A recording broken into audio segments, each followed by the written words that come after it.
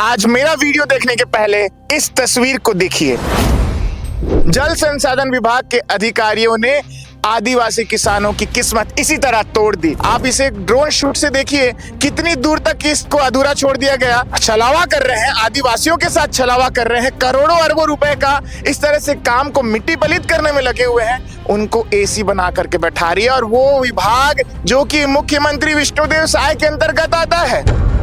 66 करोड़ रुपए को मिट्टी पलित करना और उसको गबन करके जेब में डालना, ये तब हुआ जब उसी भागीरथी के बेटे विधायक यहाँ पे चुने जाते हैं, अमितेश शुक्ल। एक थाली सजी हुई है, दोनों तरफ में खाने के लिए लोग बैठे हुए हैं। अब थाली में चाहे तू खाएगा और मैं आऊंगा तो भी खाऊंगा। 50,000 से ज्यादा किसानों को पानी मिलना था इसी नहर से, ये उनके हक की बात है। रोहित साहू, अगर आप आज विधायक हैं, पहले के विधायक को छोड़िए, आप तो बोलते हैं कांग्रेस के शासन में ये हुआ, कांग्रेस के शासन में ये वो हुआ, तो आप इसे क्यों नहीं दिखा रहे हैं? 66 करोड़ रुपए निकाल लिए गए हैं इसी नहर से, उनको वापस कौन करेगा? क्या डबल ई बर्मन वापस करेंगे? तो क्या हम ये समझे कि मिल बांट करके गरियाबंद को खाया जा रहा है, मिल बांट करके गरियाबंद को ठगा जा रहा है? 44 करोड़ की इस नहर को 66 करोड़ कैसे बना दिया? मतलब 44 करोड़ कम पड़ रहा था, जेब में डालने के लिए कम पड़ रहा था इन अधिकारियों को, या फिर अंधा गुरु बहरा चला, दोनों के बीच में, सबके बीच में ठेलम ठेला। इन अधिकारियों ने मिल करके गबन तो कर लिया, तो क्या अब संपत्ति की जांच करेगी बीजेपी सरकार? आज मेरा वीडियो देखने के पहले इस तस्वीर को देखिए। ये तस्वीर बयां कर रही है कि किस तरह से अधिकारियों ने, जल संसाधन विभाग के अधिकारियों ने आदिवासी किसानों की किस्मत इसी तरह तोड़ दी, निश्व नाबूद कर दी।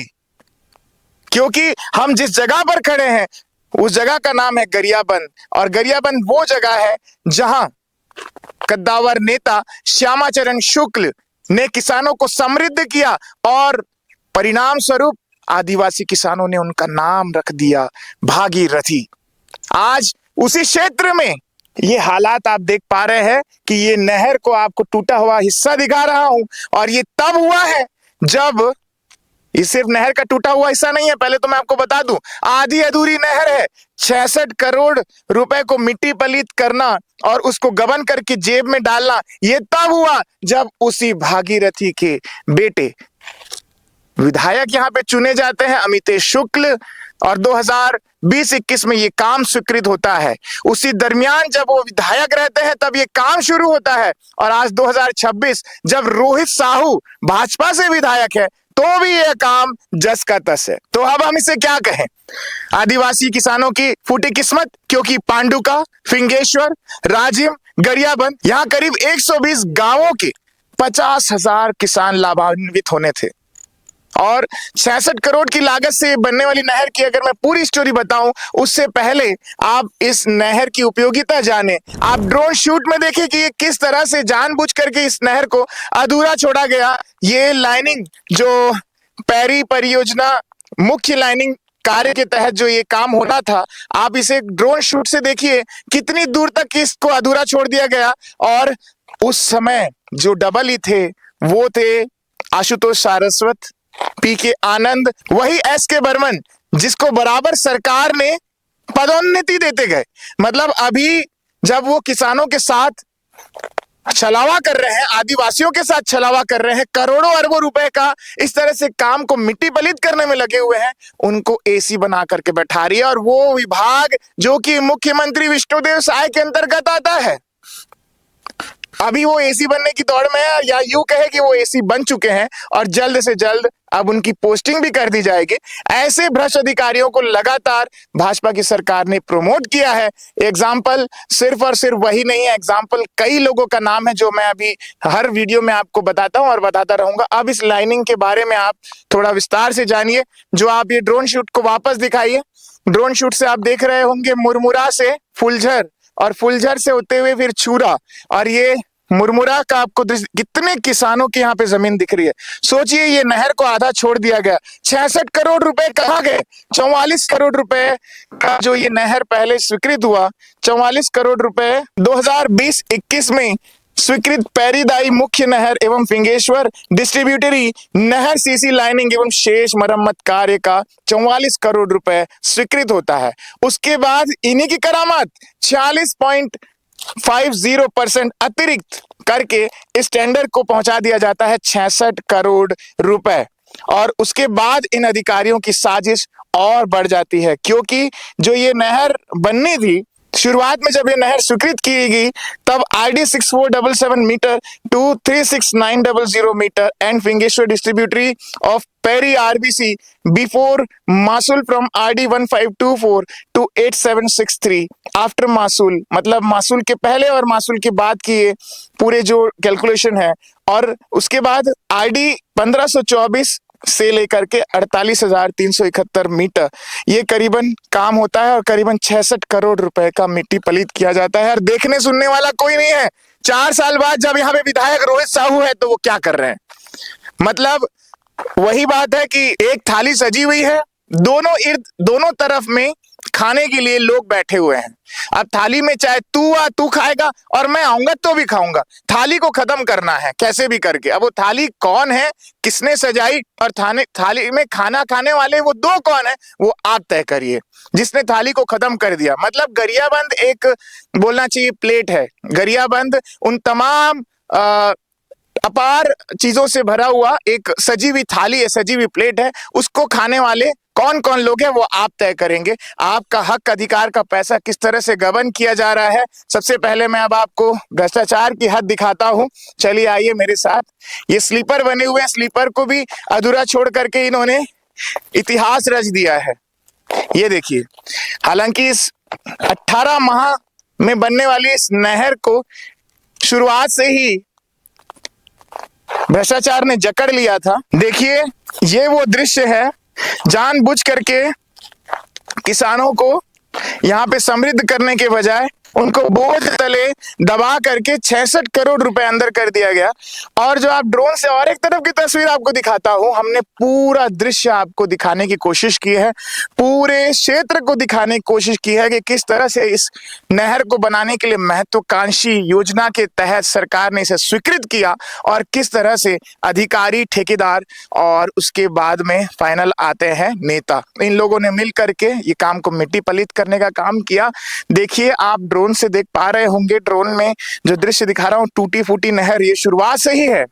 जब हम इधर मुरमुरा से वापस आते हैं फुलझर की तरफ, तो शुरुआत में ही आपको 1-1 इंच, 1.5 इंच, 2-2 इंच, इस दौर में उनके ऊपर में कई शिकायतें हुई।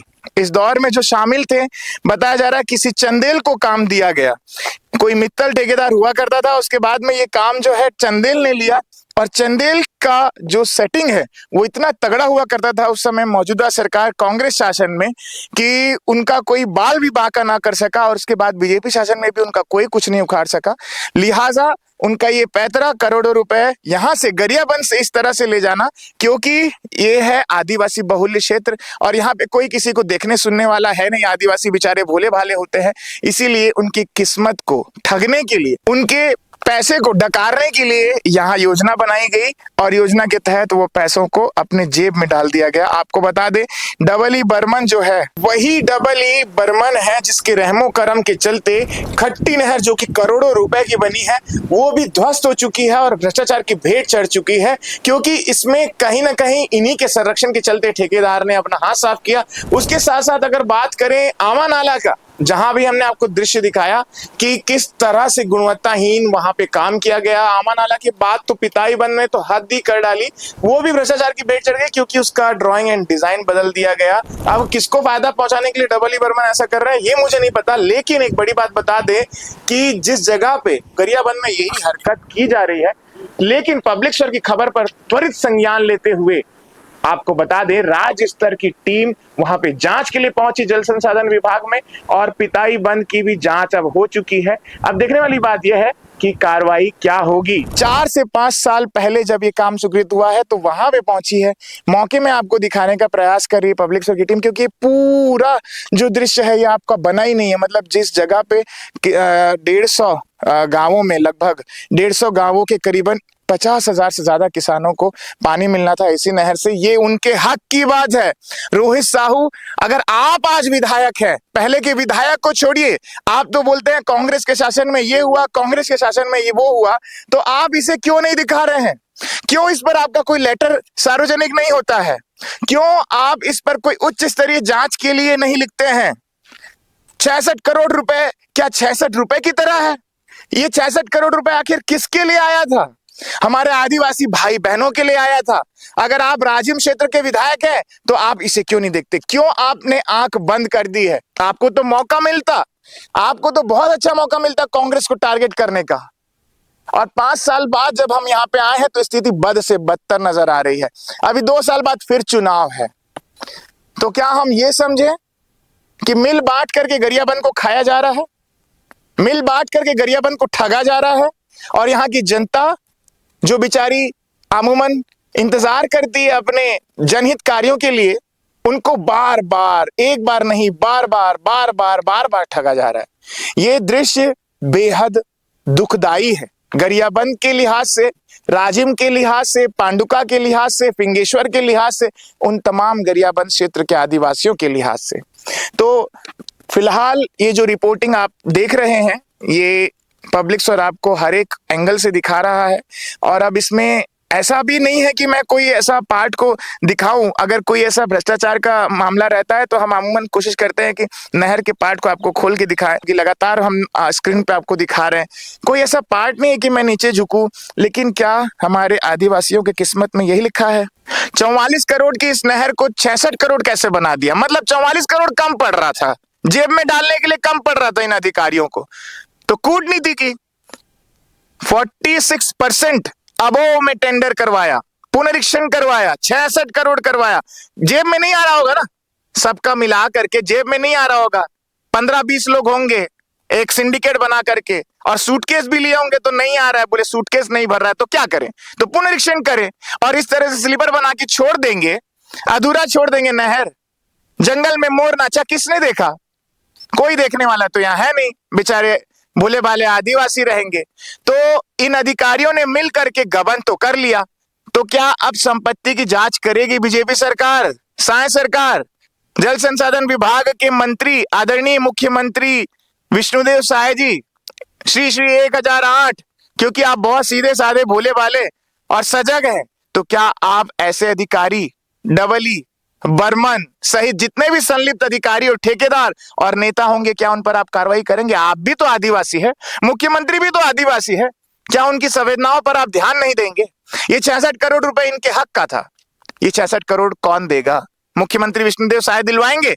मैं अपेक्षा करता हूं, यहाँ की जनता अपेक्षा करती है, और अगले बार के 2028 के वोटर्स अपेक्षा करते हैं कि उनका वोट देने से पहले यह क्षेत्र में वापस ये नहर के जितने भी आरोपी है उनको सजा दी जाए, और इनका नहर वापस उनको मिले, जो ये अधूरा पड़ा हुआ नहर है, ताकि यहाँ के आसपास के किसान वापस लाभान्वित हो सके। उनकी संपत्ति की जांच इसलिए बोलूंगा साथ में कि 66 करोड़ के इस प्रोजेक्ट में पूरा पैसा तो निकाल लिए हैं, रहा 44 करोड़ की बात तो वो भी लगा है कि नहीं पता नहीं, जो पहले के प्रोजेक्ट के अनुसार स्वीकृत हुआ था। तो पूरा पैसा निकालने के बाद आधा अधूरा नहर छोड़ दिए हैं। कहाँ है भैया, कौन बनाएगा इसको? आदिवासी लोग पैसा इकट्ठा करके बनाएंगे क्या? क्या हमारे आदिवासियों का 66 करोड़ रुपए जो इन अधिकारियों ने लूट खाया है, फर्जी बिल लगाकर, कूटनीति करके 66 करोड़ रुपए निकाल लिए गए हैं इसी नहर से, उनको वापस कौन करेगा? क्या डबल बर्मन वापस करेंगे, या लूटपाट करके यहां से निकलने के प्रयास में सभी अधिकारी रहेंगे? क्या वो ठेकेदार वापस करेंगे? नहीं करेंगे। क्या जवाबदेही तय की जाएगी? नहीं तय की जाएगी। उल्टा प्रमोशन पे प्रमोशन मिलेगा। 4 साल से जमे हुए हैं EES के बर्मन, उनको एसी बना दिया जाएगा, पोस्टिंग दे दी जाएगी, फिर इस तरह से वो बड़े एरिया को ठगने लगेंगे, गरियाबंद के साथ साथ और भी कई जिलों को ठगने लगेंगे। वो समृद्ध हो जाएंगे, किसानों का मुझे पता नहीं। गरियाबंद के अभी के जो फिलहाल डबली है वो समृद्ध तो है ही, जितने आदिवासी लोग यहाँ पे होंगे उनसे कई ज्यादा वो समृद्ध होंगे। तो आदिवासी भाई बहन, आप लोग एक होइए, आपके हक अधिकार की बात करने भीषण गर्मी में मैं आपके बीच आया हूं। जितना हो सके इस वीडियो को शेयर करें, और रोहित साहू विधायक जो है उनके पास तो भिजवाएं, क्योंकि वो लगातार भूमि पूजन करते हुए, विकास कार्यों का लोकार्पण करते हुए दिख रहे हैं, करोड़ों अरबों रुपए का। तो क्या उनको ये दृश्य दिखाना जरूरी नहीं है? साथ ही साथ आप पूर्व विधायक अमितेश शुक्ल तक ये वीडियो को पहुंचाएं और आप इस अपने हक अधिकार की बात करें और आप उन्हें जवाबदेही तय करने के लिए दबाव डालें कि आखिर उनका 66 करोड़ कौन वापस करेगा। क्या पूर्व विधायक वापस करवाएंगे? क्या अभी के विधायक वापस करवाएंगे? क्या डबली वर्मन वापस करवाएंगे? या फिर अंधा गुरु बहरा चेला, दोनों के बीच में, सबके बीच में ठेलम ठेला? यही होगा यहाँ पे, मुझे तो ऐसा लगता है।